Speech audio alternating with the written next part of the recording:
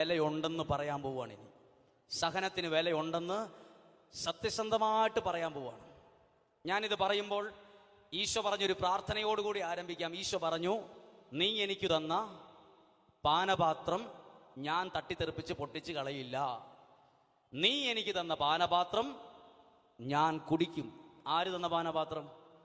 നീ എനിക്ക് തന്ന പാനപാത്രം ഞാൻ കുടിക്കേണ്ടതല്ലയോ? ഈശോ പറഞ്ഞു, നീ എനിക്ക് തന്നതാണോ? അത് ഞാൻ കുടിക്കും. ഓരോ വ്യക്തികൾക്കും ചില പാനപാത്രം ദൈവം തരും. ചില സഹനങ്ങൾ എന്തിനാ? കാണാനല്ല, അത് സ്വീകരിക്കാൻ, വഹിക്കാൻ. സഹിക്കുന്നവനെ പിശാചിന് പോലും പേടിയാണ്. സഹിക്കുന്നവനെയാ ദൈവത്തിന് ഏറ്റവും ഇഷ്ടം. സഹിക്കുന്നവന്റെ മുമ്പിൽ പിശാച് വരത്തില്ല. സഹിക്കുന്നവനെ പിശാചിന് ഭയമാണ്. പറഞ്ഞേ ഹല്ലേലൂയാ. സഹിക്കുന്നവർക്കുള്ളൊരു ദൂതാ ഇത്. സഹനത്തിലൂടെ കടന്നു പോകുന്നവർക്കൊരു ആത്മീയ സന്ദേശമാണിത്. കരങ്ങൾ ഉയർത്തി ഒന്ന് പറഞ്ഞേ ഹല്ലേലൂയാ, ഹല്ലേലൂയാ. കരങ്ങൾ താഴ്ത്താം. ശ്രദ്ധിച്ചേ, ഞാൻ ഈ വിഷയം പറയാനുള്ള കാരണം, ഞാൻ ഇതുപോലൊരു സഹനത്തിലൂടെ കടന്നുപോയ ഒരാളായതുകൊണ്ടാണ്. അപ്പോൾ എന്നോട് പലരും പറഞ്ഞു ഈ വിഷയമൊന്നും പറയരുതെന്ന്. അങ്ങനെ ഞാനിത് ദൈവത്തോട് പ്രാർത്ഥിച്ചൊരു വിഷയമാണ്. അപ്പോൾ എന്നോട് പലരും പറഞ്ഞു, ധ്യാനിപ്പിക്കുന്ന ഓരച്ഛന്മാരും അവനവൻ്റെ ജീവിതം പറയാറില്ല അച്ചോ. അച്ഛന് വേണമെങ്കിൽ അച്ഛൻ്റെ സഹനം വേറൊരു അച്ഛൻ്റെ പേരിൽ പറഞ്ഞു വിടുമോ? എനിക്ക് അങ്ങനെയും തോന്നി പറഞ്ഞാലോ എന്ന്. പിന്നെ ഞാൻ ദൈവത്തോട് പ്രാർത്ഥിച്ചു, എനിക്ക് തന്ന സഹനത്തിൻ്റെ ഉദ്ദേശം എന്നാണെന്ന്. അപ്പോൾ ദൈവത്തിൻ്റെ ആത്മാവ് ഒരു ഉത്തരം നൽകി, നിനക്ക് ചില സഹനങ്ങൾ തന്നിട്ടുണ്ടെങ്കിൽ അതിലൂടെ നീ കണ്ടത് ദൈവത്തിൻ്റെ കരമാണെങ്കിൽ നീ അത് എല്ലാവരോടും പറയാനാ ചില സഹനങ്ങൾ. എന്നെ മൈക്കുമായി ദൈവോട് എഴുന്നേൽപ്പിച്ച് നിർത്തിയിരിക്കുന്നത് പോലും അതുകൊണ്ടാണെന്ന് എനിക്ക് പലവട്ടം തോന്നിയിട്ടുണ്ട്. ഞാൻ അനുഭവിച്ച ഓരോ സഹനത്തിനും നന്ദി പറയുന്നയാളാണ്. ആരെയും കുറ്റപ്പെടുത്തുന്നതിനല്ല. ഞാൻ ദൈവത്തിന് 1000 വട്ടം നന്ദി പറയുകയാണ് ചില സഹനങ്ങൾ എനിക്ക് നൽകിയതിന്, ചില പരാജയങ്ങൾ എനിക്ക് നൽകിയതിന്. ഒരു ഭക്തൻ പാടിയൊരു പാട്ടുണ്ട്, എല്ലാ സഹനങ്ങൾക്കും നന്ദി, എല്ലാ തോൽവികൾക്കും നന്ദി. ആരും പാടാറില്ലത്, പക്ഷെ നല്ലൊരു പാട്ടാണ്. പറഞ്ഞേ ഹല്ലേലൂയാ. ഞാൻ മുമ്പേ പറഞ്ഞ സാക്ഷ്യം പൂർത്തീകരിച്ചിട്ട് പറയാം. ഈ പെങ്കൊച്ചിനോട് ഈ സാക്ഷ്യം പറഞ്ഞു, ദൈവം നിനക്ക് സഹനം തന്നത്, നിന്നെ കഴുത്തി താലി കെട്ടിയ ഭർത്താവ് ആരാണ്? പ്രാർത്ഥനയില്ല, ദൈവവും ഇല്ല, പള്ളിയിൽ പോവില്ല, മദ്യപാനം കുടിക്കുന്ന കുറെ കൂട്ടുകാർ, ലഹരി വസ്തുക്കൾ ഉപയോഗിക്കുന്ന മാനസിക രോഗമുള്ള ഒരു മനുഷ്യൻ. ദൈവത്തെ എന്നാന്ന് പോലും അറിയത്തില്ല, കുറ്റം പറയും. ആ മനുഷ്യനെ ദൈവത്തിലേക്ക് അടുപ്പിക്കാൻ ഈ വ്യക്തിയെ ദൈവം നിയോഗിച്ചതാണെന്ന് പറഞ്ഞാൽ നിങ്ങൾ ആരെങ്കിലും വിശ്വസിക്കുമോ? ഞാൻ പറഞ്ഞു, നിന്നിലൂടെ നിന്റെ ഭർത്താവ് ദൈവത്തെ അറിഞ്ഞ് നിന്നേക്കാൾ ദൈവത്തോട് അടുക്കുന്ന ഒരാളായി മാറുമെന്ന് പറഞ്ഞു.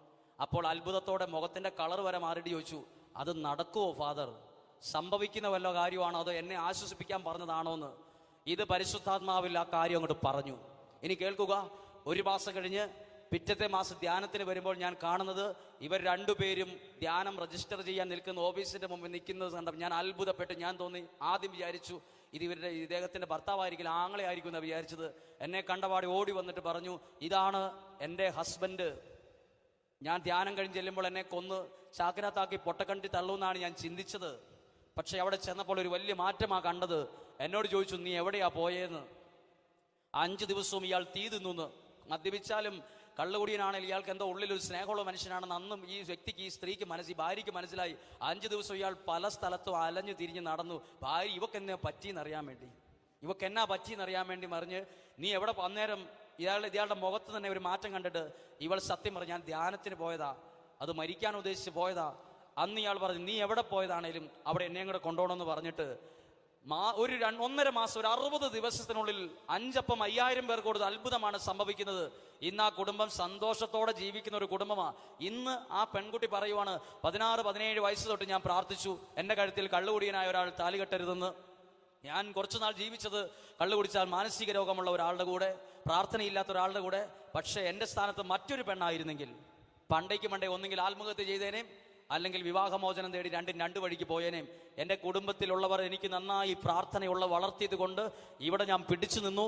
എന്നിലൂടെ എൻ്റെ ജീവിത പങ്കാളി ദൈവത്തെ അറിയുന്ന ഒരാളായി മാറി ഇന്നൊരു ശുശ്രൂഷയൊക്കെ ചെയ്തു വരുന്ന, പ്രാർത്ഥനയിൽ പടിപടിയായി ഉയരുന്ന ഒരു നല്ല മനുഷ്യൻ. ആ ദേശത്ത് തന്നെ ഈ വ്യക്തി ഇന്നൊരു അത്ഭുത പാത്രമായി മാറിയിരിക്കുകയാണ്. ഒരു സഹനത്തിലൂടെ ദൈവം ചെയ്ത ഏറ്റവും വലിയ അത്ഭുതമാണിത്.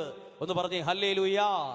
ഇവിടെ ഇരിക്കുന്ന ഏതെങ്കിലും വ്യക്തികൾക്ക് സഹനങ്ങളുണ്ട്, ഓർത്തു, അത് നിങ്ങളുടെ കുടുംബത്തിൽ പലരും ദൈവത്തെ അറിഞ്ഞു വളരാൻ ദൈവം ഒരുക്കുന്നതായിരിക്കും. ഇവിടെ ഇരിക്കുന്ന മാതാപിതാക്കൾക്ക് സഹനം ഉണ്ടെങ്കിൽ ഓർത്തോ, അതിപ്പോ നല്ലതിനായിരിക്കും. കാരണം നിങ്ങൾക്ക് ഇപ്പോൾ നല്ല സന്തോഷമാണെങ്കിൽ നിങ്ങളുടെ മക്കൾ പോലും ചിലപ്പോൾ ദൈവത്തെ അറിയില്ല. നിങ്ങൾ നല്ല സഹനത്തിലായതുകൊണ്ട് ചിലപ്പോൾ നിങ്ങളുടെ പ്രാർത്ഥനാ മുറിയിൽ മുട്ടിന്മേൽ നിന്ന് കരങ്ങൾ ഉയർത്തിയായിരിക്കും നിങ്ങൾ പ്രാർത്ഥിക്കുന്നത്. പ്രാർത്ഥന എന്നാണെന്ന് അറിയത്തില്ലാത്ത മക്കൾ പോലും ദൈവത്തെ അറിയുന്നത് സഹനങ്ങളിലൂടെയുള്ള നിങ്ങളുടെ പ്രാർത്ഥന കണ്ടിട്ടായിരിക്കും. അത് ഹൃദയത്തിനകത്തൊരു അഭിഷേകമായി തന്നെ വളർന്നോളും. അനേകരെ ദൈവത്തിൽ അടുപ്പിക്കാൻ ചില സഹനങ്ങൾ ദൈവം നമുക്ക് അനുവദിക്കും. ഒന്ന് പറഞ്ഞേ ഹല്ലേലൂയാ. ഉറക്കെ ഒന്ന് കരം ഉയർത്തി പറയാമോ? ഹല്ലേലൂയാ, ഹല്ലേലൂയാ. കരങ്ങൾ താഴ്ത്താം. എൻ്റെ വ്യക്തിപരമായ ജീവിതത്തിലെ ഒരു അനുഭവം ഞാൻ നിങ്ങളോട് ഇതുമായി ഞാൻ എൻ്റെ ചെറുപ്പകാലം മുതൽ തന്നെ ഒരു വലിയ സഹനത്തിലൂടെയാണ് എൻ്റെ ഒരു യാത്ര ആരംഭിച്ചത് തന്നെ. എനിക്ക് പലവട്ടം തോന്നിയിട്ടുള്ളതാ മരിക്കണമെന്ന്. എനിക്ക് പലവട്ടം തോന്നി. എൻ്റെ അറിവില്ലാത്ത സമയത്ത്, ആരും ഗൈഡൻസ് നിർദ്ദേശം തരാനില്ലാത്ത സമയത്ത് അക്ഷരാർത്ഥത്തിൽ എനിക്ക് തോന്നിയതാണ് മരിക്കുന്നതാ ഇതിനേക്കാൾ നല്ലതെന്ന് എനിക്ക് തോന്നിയിട്ടുണ്ട്. സത്യം പറഞ്ഞാൽ അന്നേരമൊക്കെ എനിക്ക് വഴക്കും തക്കതായ ശിക്ഷണവും കിട്ടിയിട്ടുണ്ട്. മരിക്കാൻ ഉദ്ദേശിക്കാനുള്ള കാരണം, എൻ്റെ അപ്പച്ചൻ ഭയങ്കരമായൊരു മദ്യപാനിയായിരുന്നു.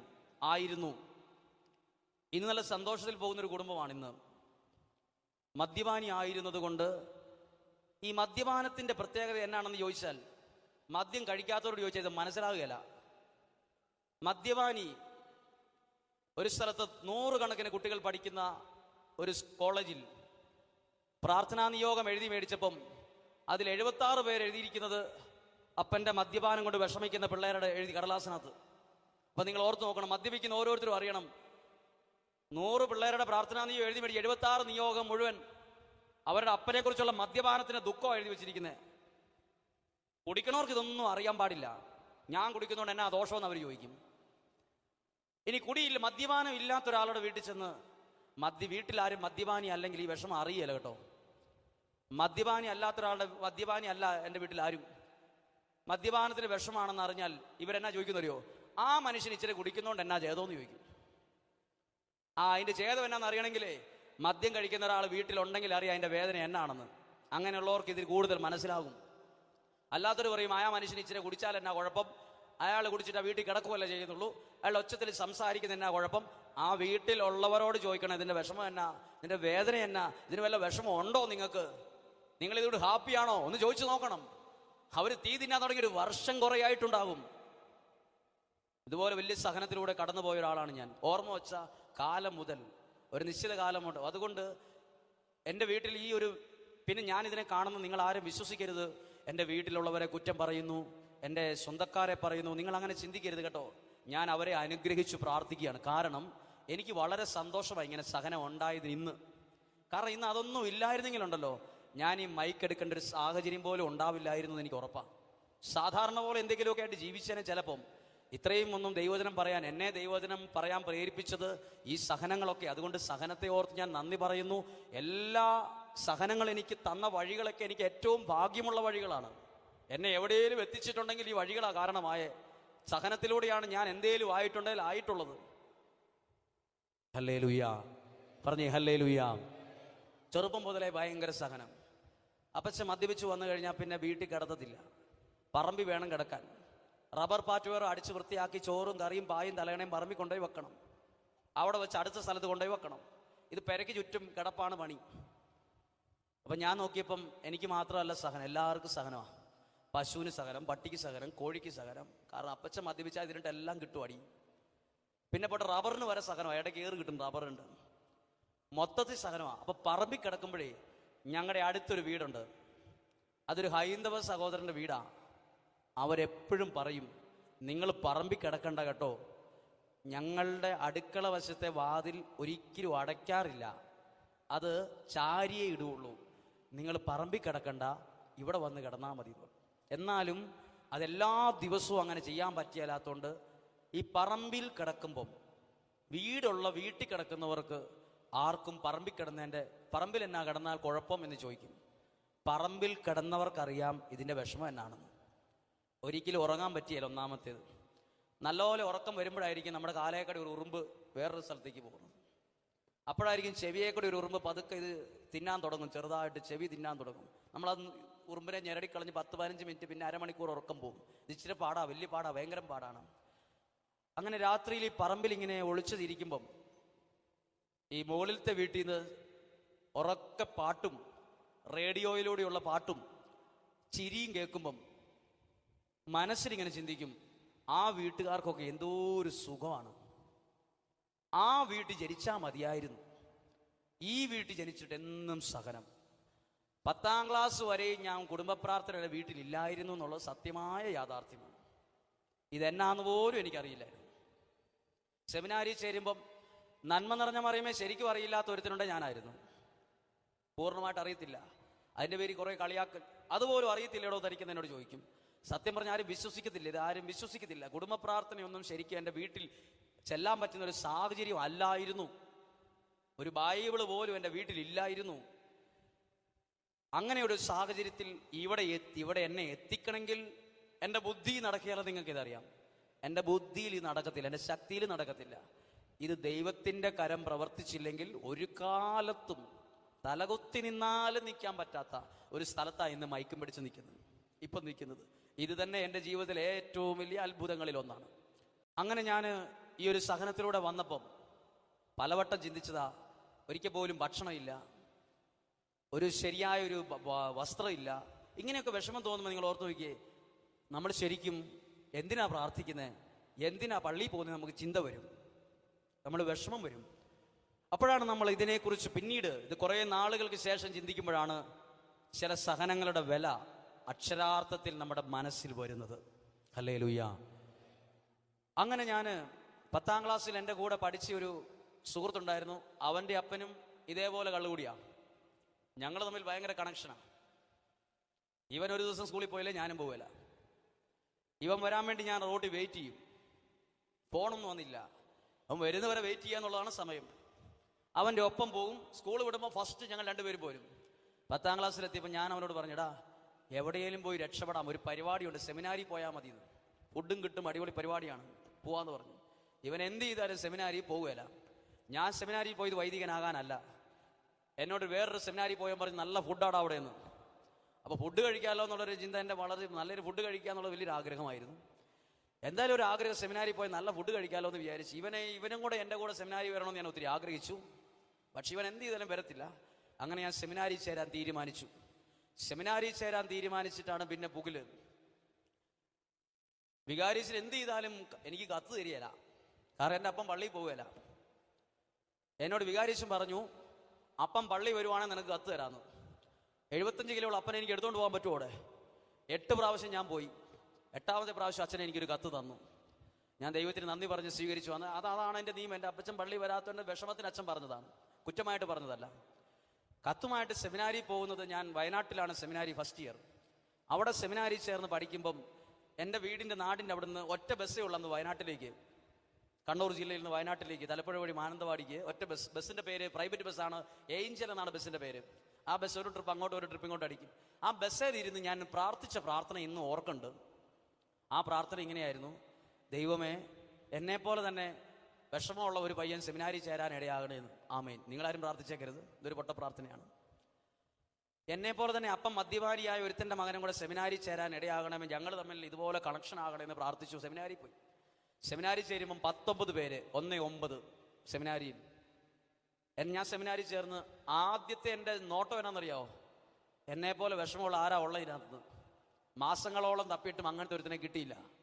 അപ്പോൾ ഈ സെമിനാരി നിൽക്കുന്ന സമയത്ത് എനിക്ക് തക്കതായ എന്നെപ്പോലെ വിഷമമുള്ളവർ, അത് ഈ വിഷമമുള്ളവർക്കേ അറിയത്തുള്ളൂ, ഇതേ വിഷമമുള്ളവരോടെ ഈ ചേർന്ന് പോകത്തുള്ളൂ. ഇത് വേറെ ആരോടും പറഞ്ഞാൽ മനസ്സിലാവില്ല.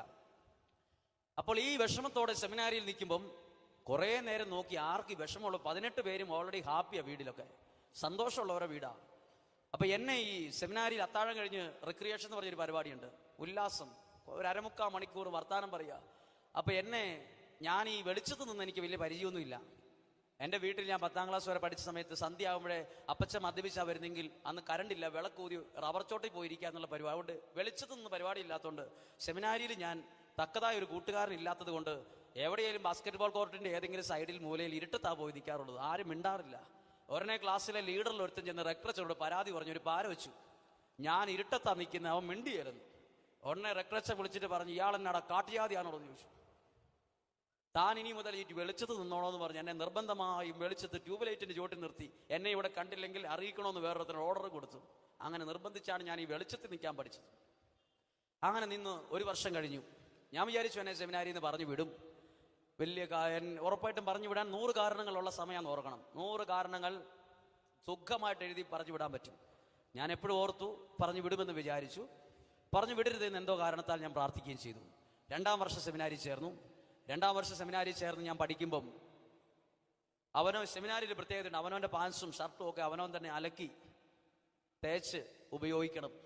ഞാൻ എൻ്റെ ഡ്രസ്സുകളെല്ലാം അലക്കിയിട്ട് വെയിലുള്ള സമയത്ത് ടെറസേൽ കെട്ടിയിരുന്ന ഒരു കയറുണ്ട്. പല കയറുകൾ കെട്ടിയിട്ടുണ്ട്. അതിലാണ് തുണി എളുപ്പത്തിൽ ഒടുങ്ങാൻ കൊണ്ട് ഇടാറുള്ളത്. അപ്പം സെമിനാരിയിൽ അലക്കിയിട്ട് ഈ തുണി കൊണ്ടുപോയി തുണി ഇങ്ങനെ വിരിച്ചിട്ടുകൊണ്ടിരിക്കുമ്പം ഞാൻ കാണുകയാണ് എൻ്റെ ഒരു കൂട്ടുകാരൻ താഴത്തെ ടോയ്ലറ്റിൻ്റെ പുറകിൽ നിന്ന് ഭയങ്കര കരയാണ് ആള്. എനിക്ക് ഭയങ്കര സന്തോഷമായി. ഒരാൾ കരയുന്നത് എനിക്ക് വലിയ ഇഷ്ടമാണ്. അപ്പം എന്നെ ഇവൻ കണ്ടിട്ടില്ല. അപ്പം ഞാൻ ബാക്കി തുണി അവിടെ വെച്ചിട്ട് പുറകിലൂടെ ഒച്ചയുണ്ടാക്കാതെ സ്റ്റെപ്പ് ഇറങ്ങി ഞാൻ പതുക്കെ കറങ്ങി തിരിഞ്ഞ് ഇവൻ്റെ അടുത്തെത്തുന്നവരൻ അറിഞ്ഞിട്ടില്ല. അടുത്തെത്തി ഇവൻ്റെ കയ്യെ കയറി ഞാൻ പിടിച്ചു. കയ്യെ കയറി പിടിച്ചപ്പോഴാണ് ഇവൻ ഞെട്ടിപ്പോകുന്നത്. അപ്പോൾ അവൻ്റെ കയ്യിൽ ഒരു ഇല്ലൻ്റായി എഴുത്ത്, പഴയ ഇല്ലൻ്റ്, ഇപ്പം ഇല്ല, എഴുത്ത്. ഞാൻ കയ്യെ പിടിച്ചപാടെ അവൻ ആ ഇല്ലൻ്റ് ചുരുട്ടിയിട്ട് പെട്ടെന്ന് പാൻസിൻ്റെ ഗീശയിലിട്ടു. ഞാൻ ചോദിച്ചു, നീ എന്തിനാ കരയുന്നത്? എന്താ നിന്റെ വിഷമം? എന്താ നിന്റെ പ്രശ്നം? അവൻ 2 വരം കൊണ്ട് ഒരു കുഴപ്പമില്ലെന്ന്. എന്നാന്നറിയണമെന്ന് എനിക്ക് വലിയൊരു ആഗ്രഹം. അവസാനം അവൻ ഈ എഴുത്ത് ഇഷ്ടമില്ലാതെ എൻ്റെ ഈ ചുരുട്ടി ഇങ്ങനെ തന്നു. ചുരുട്ടി എഴുത്ത് ഞാനത് നിവർത്തിയിട്ട് വായിച്ചപ്പോൾ എനിക്ക് ഭയങ്കര സന്തോഷമായി. അവൻ്റെ അപ്പൻ വിനേക്കാ വലിയ കുടിയനാണെന്ന് അവൻ്റെ അമ്മ എഴുതിയിരിക്കുന്ന കത്താണത്. എഴുതിയിരിക്കുന്ന കത്തിങ്ങനെയാണ്: പപ്പായുടെ മദ്യപാനം കൂടി നീ അവിടെയുള്ള അച്ഛന്മാരോട് പറയണം, പ്രാർത്ഥിക്കണം. ഞാൻ നോക്കിയിട്ട് ആ എഴുത്തിനകത്ത് ഒറ്റ വ്യത്യാസമുള്ളൂ. പേനയുടെ മഷിക്ക് ഒരു വ്യത്യാസമുണ്ട്, കൈയക്ഷരത്തിന് ഒരു വ്യത്യാസമുണ്ട്, കണ്ടന്റ് സെയിം ആണ്. ഞാൻ പെട്ടെന്ന് അവൻ്റെ കയ്യെ കൊടുത്തിട്ട് കൺഗ്രാജുലേഷൻ എന്ന് പറഞ്ഞു. ഞാൻ ചോദിച്ചു, നീ എന്തിനാ ഇങ്ങനെ എന്നോട് ഇങ്ങനെ ചോദിച്ചത്? അത്ഭുതത്തോടെ ഞാൻ പറഞ്ഞു, 1.5 വർഷമായി നിന്നെപ്പോലെ ഒരുത്തിനെ പ്രാർത്ഥിച്ചുകൊണ്ടിരിക്കും. ദൈവം ഇപ്പോഴാണ് എൻ്റെ പ്രാർത്ഥന കേട്ടത്. ഞാൻ പറഞ്ഞു, എടാ ഇതേ ദുഃഖമാണ് എൻ്റേതും. അങ്ങനെ ഞങ്ങൾ തമ്മിൽ അടയും ചക്കരയും പോലായി. ഭയങ്കര കൂട്ടുകാരായി. ഒരുമിച്ച് വീണ്ടും. ഞാൻ എൻ്റെ വീട്ടിൽ നിന്നൊരു കത്ത് വന്നാൽ വായിക്കാറില്ല. എനിക്കറിയാം അതിനകത്ത് എന്നാന്ന്. 1-2 സെൻറ്റൻസ് വ്യത്യാസം കാണുള്ളൂ. ഞാൻ അവന് കൊടുക്കും വായിക്കാൻ. അവൻ്റെ വീട്ടിൽ നിന്നൊരു കത്ത് വന്നാൽ മിക്കവാറും ഞാനത് വായിക്കും. കണ്ടന്റ് എല്ലാം സെയിമാ. അങ്ങനെ ഈ സഹനം ഒരുമിച്ച് ഷെയർ ചെയ്യാൻ തുടങ്ങിയപ്പോൾ മനസ്സിൻ്റെ ഭാരമൊക്കെ കുറെ കുറഞ്ഞു, കുറേയൊക്കെ ഫ്രീ ആയി. ഇനി ഒരു കാര്യം പറയട്ടെ, ഈശോയുടെ കുരിശ് നമുക്ക് ചില പാഠമാണ്, ഭയങ്കര അനുഗ്രഹമാണ്, പ്രാക്ടിക്കലാ. നല്ല സഹനം വരുമ്പോൾ ചിലപ്പോൾ നമ്മൾ വിചാരിക്കും ഒരാളെ വിളിച്ചാലോ എന്ന്. നമ്മൾ നമ്പർ ഡയൽ ചെയ്ത് ഒരാളെ വിളിക്കുമ്പോണ്ടല്ലോ, 10 പ്രാവശ്യം വിളിച്ചാൽ ആ വ്യക്തി എടുക്കത്തില്ല. ചിലപ്പോൾ ആ സമയത്ത് നമ്മൾ വിളിച്ചാൽ എടുക്കുകയില്ല. അവർ വ്യക്തിയുടെ തിരക്കൊണ്ട് ആരും വിളിക്കുകയില്ല. നമ്മളിങ്ങനെ മനസ്സ് വിചാരിക്കും, ആരെങ്കിലും ഒന്ന് ജസ്റ്റ് ഒന്ന് വിളിച്ചായിരുന്നെങ്കിൽ. ആരും വിളിക്കില്ല. വിളിക്കും ചിലപ്പോൾ കമ്പനിയിൽ നിന്ന് ചിലപ്പോൾ ഒരാൾ വിളിക്കും. ഐഡിയയുടെ ഓഫീസിൽ നിന്നൊക്കെ ഒരു ഫോൺ കോൾ വരും, ഉപകാരമില്ലാത്ത കുറേ പരസ്യക്കോൾ വരും. ആ സമയത്ത് ആരും വിളിക്കില്ല. ആ സമയത്ത് നമുക്ക് ഉപകാരമുള്ളൊരു കാര്യം പറയാം. ശരിക്കും ഈശോയുടെ കുരിശുരൂപം നോക്കിക്കോ, അതിൻ്റെ ഒരു സൈഡിലെ ആരുള്ളൂ? ഈശോയുടെ രൂപമുള്ളൂ. അപ്പുറത്തെ അതുപോലൊരു സ്പേസ് വെറുതെ കിടക്കുക. അതാർക്കുള്ളതാ? അത് സഹന സമയത്ത് നമുക്ക് ബുക്ക് ചെയ്യാനുള്ള സീറ്റാ. അത് നമുക്ക് എപ്പോൾ ഉപകാരപ്പെടുത്തി. ഇത് നമുക്ക് ഒരു പ്രശ്നവും ഇല്ലാത്തപ്പോൾ ഉണ്ടല്ലോ, നമുക്കത് സാധാരണ പോലെ തോന്നും. ഒരു കുരിശ്, ഈശോയുടെ രൂപമുണ്ട്, അപ്പുറത്തൊരു കുഴപ്പമില്ല. ഇതെപ്പോഴാണ് നമുക്ക് പ്രയോജനം എന്നറിയാമോ? ചില സഹനം വരുമ്പോൾ ഇതേ കുരിശ് രൂപം നമ്മുടെ ഹൃദയത്തിനകത്ത്, നമ്മുടെ ഈ ശരീരത്തിൽ വേദന വരുന്ന രീതിയിൽ ഒന്ന് ഞെക്കിപ്പിടിക്കുക. ചിലപ്പോൾ നമുക്ക് തോന്നും ഈ കുരിശ് ഇത് സ്പോഞ്ച് പോലെ ഇത് വലിച്ചെടുത്ത് തോന്നും. നമ്മുടെ ഉള്ളിൻ്റെ ഉള്ളിൽ തളം കെട്ടി കിടക്കുന്ന വിഷമങ്ങൾ പോലും ചില സമയത്ത് ഈ കുരിശ് രൂപം വലിച്ചെടുത്ത് നമ്മളെ ഒന്ന് ബലപ്പെടുത്തും, നമ്മളെ ശക്തിപ്പെടുത്തും. ജീവിതം തന്നെ ഒരു പ്രതീക്ഷയിലേക്ക് മാറും. കുരിശ് എപ്പോഴും സങ്കടത്തിന്റെ കഥയല്ല പറയുന്നത്, അത് പ്രതീക്ഷയുടെ കാര്യം പറയുന്നതാ കുരിശ് എന്ന് പറഞ്ഞേ. ഹല്ലേലൂയാ. വരെ സ്വരമുയർത്തി ഒരുക്കെ എന്ന് പറയാമോ? ഹല്ലേലൂയാ, ഹല്ലേലൂയാ. സഹനത്തിന് ഭയങ്കര അർത്ഥവും ഭയങ്കര വിലയുണ്ട്. അങ്ങനെ ഞങ്ങൾ തമ്മിൽ വലിയ സുഹൃത്തുക്കളായി. സെമിനാരിയുടെ 3 വർഷം കഴിഞ്ഞു, 4ാമത്തെ വർഷത്തിലേക്ക് പോയി. ഞാൻ വിചാരിച്ചു എന്നെ ഔട്ടാക്കുമെന്ന് വിചാരിച്ചു. എന്നാലും എന്നെ 4ാം വർഷത്തിലേക്ക് കയറ്റി വിടുകയാണ്. ഞാൻ വളരെ പല കാര്യത്തിൽ എൻ്റെ വീട്ടിലെ വിഷമം കൊണ്ട് ഞാൻ വളരെ കാര്യത്തിൽ പുറകിലാണ്. 4-ാമത്തെ വർഷം അവിടെ ചെല്ലുമ്പോൾ ആ വർഷം പ്രാർത്ഥനയുടെ ഒരു വർഷമാണ്. അപ്പോൾ അച്ഛൻ പറഞ്ഞിട്ടുണ്ട്, ഈ വർഷം പ്രാർത്ഥിച്ചൊക്കെ നോക്കുക, ദൈവത്തിന്റെ വിളിയുണ്ട്, പുരോഹിതനാകാൻ ആഗ്രഹമുണ്ട്, നിൽക്കുകയില്ലെങ്കിൽ വീട്ടിൽ പോവുക. ഇതാണ് 4-ാമത്തെ വർഷത്തിന്റെ ഉദ്ദേശം. അങ്ങനെ ഞങ്ങൾ 4-ാമത്തെ വർഷം കയറി. അവിടെ ചെല്ലുമ്പോൾ അച്ഛൻ പറഞ്ഞു, ഇവിടെയുള്ള ടോയ്ലറ്റിൽ കുളിക്കണ്ട, ഇന്ന സ്ഥലത്തൂടെ പുഴ ഒഴുകുന്നുണ്ട്, പുഴയിൽ പോയി കുളിച്ചാൽ മതി എന്ന് പറഞ്ഞു. എനിക്ക് ഭയങ്കര സന്തോഷമായി. പുഴയെ കുളിക്കുക, ചാടി കുളിക്കുക നല്ല സന്തോഷമുള്ള ഒരു കാര്യമായിട്ട് സ്വീകരിച്ചു. അങ്ങനെ എൻ്റെ കൂട്ടുകാരന് വെച്ചാൽ നീന്തലൊക്കെ അറിയാം. ഞങ്ങൾ പുഴയിൽ കുളിച്ചു, ചാടി കുളിക്കും, എല്ലാം ചെയ്യും, നീന്തിയൊക്കെ കുളിക്കും. അങ്ങനെ അവിടെ വന്നപ്പോൾ കപ്പൂച്ച സഭയിൽ ഒരു അച്ഛൻ ധ്യാനിപ്പിക്കാൻ വന്നു. അപ്പോൾ റെക്ടർ അച്ഛൻ ഉടനെ ഒരു നിർദ്ദേശം തരികയാണ്, ധ്യാനമായോണ്ട് ഒരാഴ്ചത്തേക്ക് ആരും പുഴയിൽ പോയി കുളിക്കണ്ട. അപ്പോൾ എൻ്റെ ഒരു കൂട്ടുകാരൻ എന്നോട് പറഞ്ഞു, ഒരു കോപ്പിലെ ധ്യാനം വന്നിരിക്കുവാണ് അവിടെ. നമ്മൾ ചിലരും ധ്യാനമാണെന്ന് പറയുമ്പോൾ പറയുന്നൊരു വാക്കാണ്, ഒരു കോപ്പിലെ ധ്യാനം വന്നിരിക്കുന്നു ഇവിടെ. ഈ കോപ്പിലെ ധ്യാനത്തെക്കുറിച്ച് നിങ്ങൾ കേട്ടിട്ടുള്ള ഒരു തമാശയുണ്ട്. പോപ്പുലർ മിഷൻ ധ്യാനം ഉണ്ടെന്ന് വികാരിച്ച് വിളിച്ച് പറഞ്ഞപ്പോൾ അമ്മച്ചി കേട്ടത് കോപ്പിലെ ധ്യാനം ഉണ്ടെന്നാണ്. അമ്മച്ചി നാട്ടിൽ മുഴുവൻ പറഞ്ഞു, എടീ ഈ പ്രാവശ്യത്തെ ധ്യാനം കോപ്പിലെ ധ്യാനമാണ്. അതുപോലെ പറഞ്ഞു, എടീ ഒരു കോപ്പിലെ ധ്യാനം വന്നിട്ടുണ്ടെന്ന്. അല്ല, ഇവൻ പറഞ്ഞു കോപ്പിലെ ധ്യാനം. എടാ, പുഴയിലെയുള്ള കുളിയും നിർത്തി ധ്യാനമാണെന്നോർത്ത് പുഴയെ കുളിക്കുന്നതാണ് എൻ്റെ കാര്യം. അത് നിശബ്ദത പാലിക്കാൻ വേണ്ടി ഒരു ഓർഡർ ഇട്ടതാണ്. അങ്ങനെ ഒരാഴ്ച ധ്യാനിപ്പിക്കുന്ന സമയത്ത് ഒരു ടോക്ക് സഹനത്തെക്കുറിച്ചാണ്, കുരിശിനെക്കുറിച്ച്, വേദനയെക്കുറിച്ച്. അത് ധ്യാനിപ്പിക്കാൻ മാത്രം ഡീറ്റെയിൽ ആയിട്ട് പറയുകയാണ്, സഹനങ്ങൾ ഏറ്റെടുത്ത് പ്രാർത്ഥിക്കണമെന്ന്. ബൈബിളിൽ ഒരു വചനമുണ്ട്, നിങ്ങളുടെ ജീവിതത്തിലേക്ക് വരുന്ന സഹനങ്ങൾ ദൈവചിന്തയോടെ ഏറ്റെടുത്താൽ അത് അനുഗ്രഹത്തിന്, ബ്ലെസ്സിങ്ങിന് കാരണമാകുമെന്ന് ഈ അച്ഛൻ പറയുകയാണ്. അപ്പം ഞാൻ ഇടയ്ക്കിടയ്ക്ക് എൻ്റെ കൂട്ടുകാരൻ എന്നാ ചെയ്യുന്നതെന്ന് നോക്കും. എൻ്റെ കൂട്ടുകാരൻ അവൻ IAS പഠിക്കുന്ന പോലെ എഴുത്താണ്. അപ്പം ഞാൻ ആക്ഷൻ കാണിച്ച് ചോദിച്ചു, എന്തുവാടാ എഴുതുന്നതെന്ന് ചോദിച്ചു. അവൻ പറഞ്ഞു, ഫുള്ള്. എനിക്കാണെങ്കിൽ ഒന്നും എഴുതാൻ പറ്റുന്നില്ല, നിങ്ങളെപ്പോലെ ഞാൻ ധ്യാനത്തിനിടയിൽ ഇങ്ങനെ ഉറക്കമൊക്കെ വന്ന് തൂങ്ങുകയാണ്. ഇവൻ എന്തൊക്കെയോ വേറൊരു മഷി കൊണ്ട് വരച്ചു വെക്കുന്നു. എനിക്കിത് കോമഡി ആയിട്ട് തോന്നി. ധ്യാനമില്ലാത്ത സമയത്ത് ഞാൻ നോക്കിയപ്പോൾ ചില പോയിന്റുകൾ അവൻ വേറൊരു മഷി കൊണ്ട് വരച്ചു വെച്ചിരിക്കുകയാണ്. ധ്യാനം 5 ദിവസത്തെ കഴിഞ്ഞു. അച്ഛൻ പറഞ്ഞു, ഈ ധ്യാന ദിവസങ്ങളിൽ പുഴയിലൊന്നും കുളിക്കാൻ അവസരം കിട്ടാത്തതുകൊണ്ട് ധ്യാനം കഴിഞ്ഞ് ഇന്ന് അവധിയാണ്, ഒരു 1.5 മണിക്കൂർ കുളിച്ചോളാൻ പറഞ്ഞു പുഴയിൽ. ഞാനും എൻ്റെ കൂട്ടുകാരനും ആദ്യം ഓടി, പുഴയിൽ ചാടാൻ വേണ്ടി എല്ലാവരേക്കാൾ മുമ്പിൽ ഓടി. അവിടെ ചെന്നപ്പോൾ ഞങ്ങൾ തമ്മിൽ ഒരു ധാരണയാവുകയാണ്, നമുക്ക് ആദ്യം തന്നെ ഓടി അങ്ങ് ചാടിയേക്കാം. അപ്പം ഈ ചാടുന്ന സ്ഥലം സേഫാ, അവിടെ ധൈര്യത്തോടെ ചാടാം, പേടിക്കാനൊന്നുമില്ല. അപ്പം ഞങ്ങൾ ഡ്രസ്സൊക്കെ മാറി ചാടാൻ നിൽക്കുമ്പോൾ ഇവൻ മുന്നിലാണ് നിൽക്കുന്നത്. പലവട്ടം ഇവൻ ആക്ഷൻ കാണിച്ച് ചാടാൻ നിന്നപ്പോൾ ഞാൻ ഇവൻ്റെ ഒരത്തെ പിടിച്ച് ഒറ്റ പുറ അവിടെ നിന്ന് പറഞ്ഞു, പോയി ചാടാന്ന് പറഞ്ഞു. ഇവനെ തള്ളി. ഇവന് തള്ളിയിട്ട് തെറിച്ച് പോയിട്ട് വീണ്ടും പറയും, ഇവൻ ആക്ഷൻ കാണിക്കുക, റെഡി 1 2 3 ആവുന്നുള്ളൂ. കുറച്ച് പ്രാവശ്യം കഴിഞ്ഞപ്പോൾ ഇവനെ ശരിക്കും ഞാൻ പോയി ചാടാന്ന് പറഞ്ഞ് തള്ളി. ഇവൻ ആ ചാട്ടത്തിന്, ഇവൻ ആ ഉന്തൽ ആ ചാടാൻ വേണ്ടി തന്നെ അങ്ങ് പോയി ഒരൊച്ചയും വെച്ചോണ്ട് വെള്ളത്തിലേക്ക് ചാടി. വേറൊരൊച്ച വെള്ളത്തിൽ ചാടിയപ്പോൾ കേട്ടു അയ്യോന്ന്. ഞാൻ പുറകെ ചാടേണ്ടതായിരുന്നു. ചാടി അയ്യോന്ന് കേട്ടപ്പം ചാടാതെ ഇപ്പുറത്തോടെ ഓടി. ഞാൻ എല്ലാവരെയും വിളിച്ചു, എന്തോ ഇവന് പറ്റിയെന്ന് എനിക്ക് മനസ്സിലായി. ഒച്ചയെന്ന് മനസ്സിലായി, എന്തോ കാര്യമായിട്ട് പറ്റി. ഉടനെ വെള്ളത്തിലേക്ക് ഇറങ്ങി ഓടിച്ചെന്ന് നോക്കി. അവൻ പറഞ്ഞു, കാലയിൽ എന്തോ കൊണ്ടുവരാന്ന് പറഞ്ഞു. ഇവരെ വെള്ളത്തിൽ നിന്ന് ഞങ്ങളെല്ലാവരും കൂടി എടുത്ത് കരയ്ക്ക് കയറ്റുമുണ്ട്. ചോര, രക്തം, ഭയങ്കരം സംഭവം. ഇതാണ് ഇവിടെ ഈ പുഴയുടെ 2 സൈഡിലേക്കും മുള്ളുള്ള ഇല്ലി വളർന്നിങ്ങനെ കിടക്കുകയാണ്. ഒരാഴ്ച ചാടാത്തോണ്ട് ഇല്ലിയുടെ ഒരു കമ്പ് വീണ് ഇത് വെള്ളത്തിൻ്റെ അടിയിൽ കിടന്നതാണ്. അതിൻ്റെ കമ്പ് ഏതോ ഉപ്പൂറ്റിൽ നന്നായിട്ട് ഈ ചാട്ടത്തിൽ കയറിപ്പോയി. ഈ നന്നായിട്ട് കയറി രക്തം ചീറ്റുകയാണ്, ഭയങ്കര പ്രശ്നം. അപ്പം ഇത് ആകെ വിഷമായി. ഇത് റെക്ടറച്ചൻ അറിഞ്ഞാൽ ഇന്നത്തോടുകൂടി പുഴയിലെ കൂടി നിൽക്കും. ധൈര്യമുള്ള ഒരുത്തന് അത് ഊരിയിട്ട് ഒരു കാട്ടിലെ ഒരു പച്ചമരുന്നുണ്ട്, കമ്മ്യൂണിസ്റ്റ് കാർഡെല്ലാം കൂടെ അരച്ച് കാലേ തേച്ചിട്ട് ചോരയൊക്കെ തൂത്ത് ഇവരോട് പറഞ്ഞു, നീ അച്ഛനോട് ഇത് പറയണ്ട, പ്രശ്നം പരിഹരിച്ചു എന്ന് പറഞ്ഞു. എന്നിട്ട് അവനെ എഴുതേപ്പിച്ച് നിർത്തിയിട്ട് ശരിക്കും കാലൊന്ന് കുത്തി നോക്കണമെന്ന് പറഞ്ഞു. വേറെ എവിടെ ചോദിച്ചു, ഇല്ലാന്ന് പറഞ്ഞു, വിട്ടോളാൻ പറഞ്ഞു. അവൻ പോയി. എല്ലാവരും ചാടി കുളിച്ചു. അന്ന് രാത്രിയിൽ ഇവൻ ഉറങ്ങിയില്ല. ഇത് കുറച്ച് കഴിഞ്ഞ് രാത്രി ആ വേദന ഇളകി. ഈ രാത്രി എല്ലാവരും ഉറങ്ങി, ഇവൻ ഉറങ്ങിയില്ല. പിറ്റേ ദിവസം ചോദിച്ചു, എങ്ങനെയുണ്ടാ കാല് നോക്കിയപ്പോൾ അവൻ കാല് പാൻസിച്ചിട്ട് ഉയർത്തിയിട്ട് കാണിച്ചു തരികയാണ്. ഉപ്പൂറ്റി ഭാഗം അതിൻ്റെ മുകളിലേക്ക് നീര് കയറിയിട്ട് നീല നിറത്തിൽ കാല്, ചോര ചത്തിട്ട്. ഇതാകെ പ്രശ്നമാകും. അതുകൊണ്ട് പാൻസ് നന്നായിട്ട് ഇറക്കി വെച്ച് റെക്ടറേഷൻ കാണാതെ പകല് മുഴുവൻ അഡ്ജസ്റ്റ് ചെയ്ത് നടന്നു. വീണ്ടും അടുത്ത രാത്രി, 2ാമത്തെ രാത്രി എല്ലാവരും കിടന്നുറങ്ങി.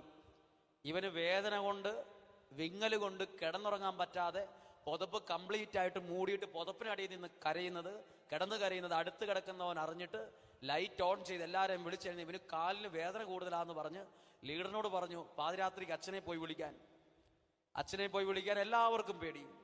സ്ട്രിക്റ്റ് ആയിട്ടുള്ള അച്ഛനാണ്. എന്തായാലും ലീഡർ നിർബന്ധിക്കപ്പെട്ട് പോയി പാതിരാത്രിക്ക് അച്ഛൻ്റെ വാതിലിൽ മുട്ടി. പല പ്രാവശ്യം മുട്ടിയിട്ട് എഴുന്നേൽക്കുന്നില്ല. കുറച്ച് കഴിഞ്ഞപ്പം വിളിക്കലും മുട്ടലും കൂടെ ഒരുമിച്ചായി. അച്ചോ എന്നായി. അച്ഛൻ വിളി കേട്ടു. എന്നാണെന്ന് ചോദിച്ചു. ഉറക്കത്തിൽ നിന്ന് ചോദിച്ചതാണ്. അപ്പോൾ പുറത്ത് നിന്ന് ഇവൻ പറഞ്ഞു, അച്ഛാ ഒരാളുടെ കാലയിൽ ഒരു മുള്ളു കൊണ്ടുവന്നു. അച്ഛൻ മുറിക്കകത്തുനിന്ന്, ആരുടെ കാലയിലാണ് ആ പാതിരാത്രി മുള്ളു കൊണ്ടെന്ന് ചോദിച്ചു. രാത്രിയിൽ ആരുടെയും കാലം മുള്ളു കൊള്ളാറില്ലല്ലോ. അച്ഛൻ വടിയായിട്ട് വന്ന് പാതിരാത്രിക്ക് വന്ന് ഇവന്റെ കാല് കണ്ടു. ഇവനെ വണ്ടിയെ കയറ്റി ഹോസ്പിറ്റലിൽ കൊണ്ടുപോയി. ചെറിയ ഹോസ്പിറ്റലിലാണ് കൊണ്ടുപോയത്. ഡോക്ടർമാർ ഉറക്കമായിരുന്നു. ഡോക്ടർമാരെ നഴ്സുമാർ പോയി വിളിച്ചെഴുന്നേപ്പിച്ച്. ഡോക്ടർമാരുടെ ഉറക്കം പോയോണ്ട് ഡോക്ടർമാർക്ക് വേറൊരു ദേഷ്യം. ആ ഡോക്ടർ ഇവരെ കണ്ടപാടെ, ഇവന്റെ കാല് കണ്ടപാടെ 2 കവിൾ സംസാരിച്ചു, 2 ഡയലോഗ് പറഞ്ഞു, 2 വഴക്ക് പറഞ്ഞു. ഇത്രയും പ്രായമായി നിനക്ക് കാലയിൽ ഇത് കാര്യങ്ങളൊക്കെ അറിയാൻ പാടില്ലെന്ന് വഴക്ക് പറഞ്ഞ് ഇവൻ ഒന്നും പറഞ്ഞില്ല. കാല് കീറി.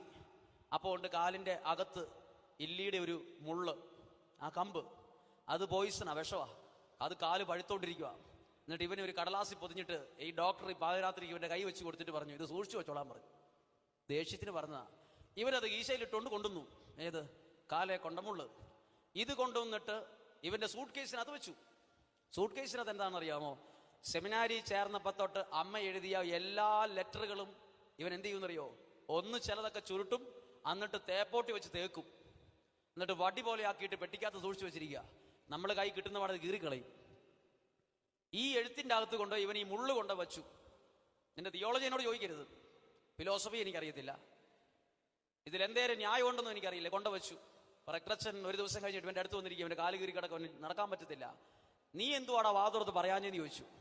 അപ്പോൾ ഇവൻ പറഞ്ഞ കാര്യം നമുക്ക് ചിലപ്പോൾ തമാശയായിട്ട് തോന്നും, ചിലപ്പോൾ ചിരിക്കും, ചിലർ സീരിയസ് ആയിട്ട് കാണും. ഇവൻ പറഞ്ഞു, എൻ്റെ കാലേ കൊണ്ട മുള്ളിന്റെ വേദന ഒരു ദിവസം ഞാൻ കഷ്ടിച്ച് സഹിച്ചു.